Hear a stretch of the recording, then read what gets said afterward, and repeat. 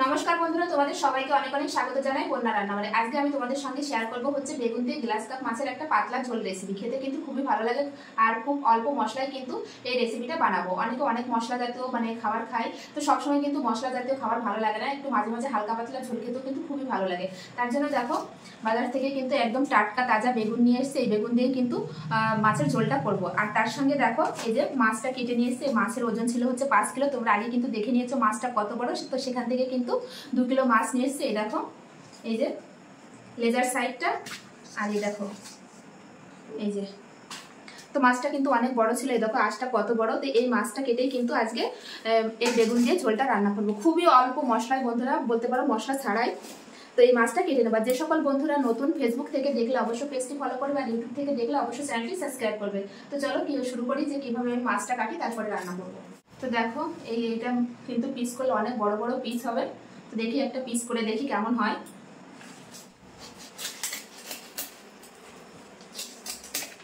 তো দেখো কত বড় একটা পিস হয়েছে। এরকম এক পিস মাছ খেলে কিন্তু পেট ভরে যাবে। এই যে, তো এইভাবে কিন্তু মাছের পিসগুলো কেটে নেব।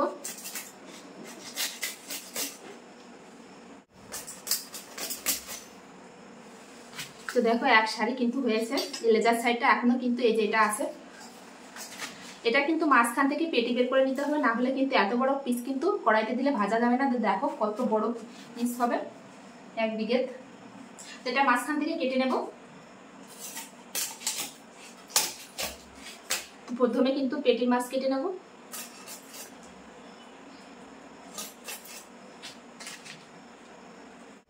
তো এটাও কিন্তু পিস পিস করে কেটে নেব।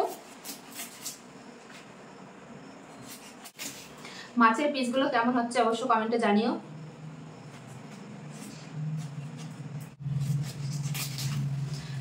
সব মাছ কিন্তু কেটে নিয়েছি, আর দেখো কত মাছ হয়েছে এই যে।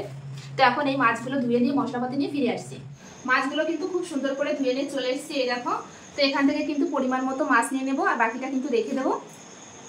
তো এখানে পরিমাণ মতো কিন্তু আমি মাছ নিয়ে নিয়েছি। এখন মাছের ভিতর দিয়ে দেবো হচ্ছে হলুদ আর লবণ দিয়ে খুব সুন্দর করে কিন্তু মেখে নেব।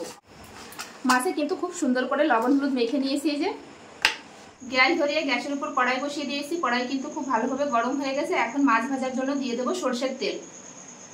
তেল খুব ভালোভাবে গরম হয়ে গেছে। এখন মাছের পিসগুলো দিয়ে দেবো।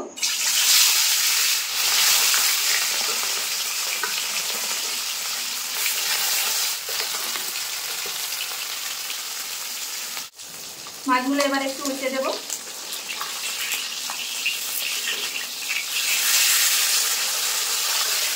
মাছগুলো উল্টে পাল্টে লাল লাল করে ভেজে নিয়েছি। এখন তুলে নেব মাছগুলো।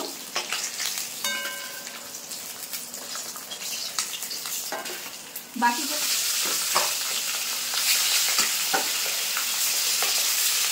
বেগুনগুলো কিন্তু এরকম লম্বা লম্বা করে কেটে নিয়েছি।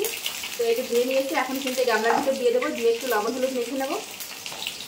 দিয়ে দেবো লবণ, আর দিয়ে দেবো হচ্ছে হলুদ গুঁড়ো, দিয়ে খুব সুন্দর করে মেখে নেবো। এই মাছগুলো কিন্তু উল্টে পাল্টে সুন্দর করে ভেজে নিয়েছি। তুলে নেবো এখন। ওই তেলে কিন্তু বেগুনগুলোও ভেজে নেব। বেগুনও কিন্তু উল্টে পাল্টে খুব সুন্দর করে ভেজে নিয়েছি। বেগুনগুলো তুলে নেব।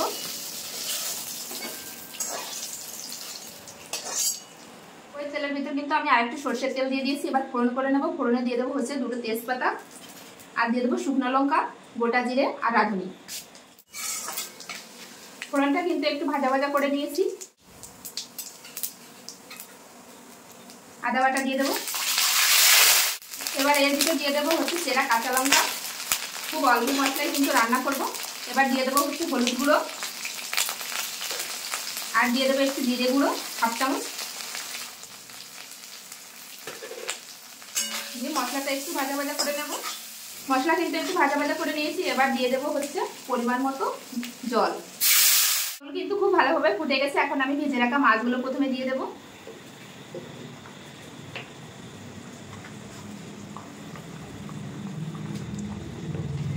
এবার 5 মিনিটের জন্য একটু ঢাকা দিয়ে দেবো। এখন আমি ঢাকাটা খুলে নেব। এখন আমি উপর দিয়ে দেবো হচ্ছে ভেজে রাখা বেগুন, দিয়ে আর একটু ফুটিয়ে নেব। বেগুন দিয়ে কিন্তু আমি খানিকক্ষণ ফুটিয়ে নিয়েছি। এবার উপর দিয়ে দেবো একটু গরম মশলা গুঁড়ো দিয়ে না একটু নেড়ে নামিয়ে নেব। গরম মশলা দিয়ে কিন্তু আমি একটু নেড়ে নিয়েছি আর একটু ফুটিয়েও নিয়েছি। এখন আমি গ্যাসটা বন্ধ করে দেবো, দিয়ে কিন্তু একটা প্লেট ফেলে নেব।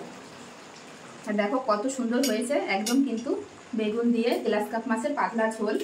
খুবই ভালো লাগে বন্ধুরা খেতে।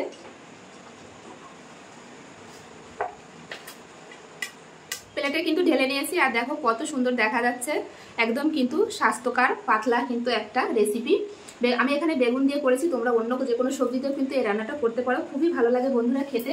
তো আজকের এই রেসিপি বেগুন দিয়ে গ্লাস কাপ মাছের ঝোল কম মশলায় কেমন লাগলো বন্ধুরা অবশ্যই কমেন্টে জানাবে। ভালো লাগলে অবশ্যই লাইক কমেন্ট শেয়ার করবে, আর শেয়ার করে কিন্তু নতুন বন্ধুদের দেখার সুযোগ করে দেবে। এরকম নিত্য নতুন ভিডিও দেখতে হলে অবশ্যই কন্যা রান্নাঘর চ্যানেলটি সাবস্ক্রাইব করবে, যারা ফেসবুক থেকে দেখছে তারা পেজটি ফলো করবে।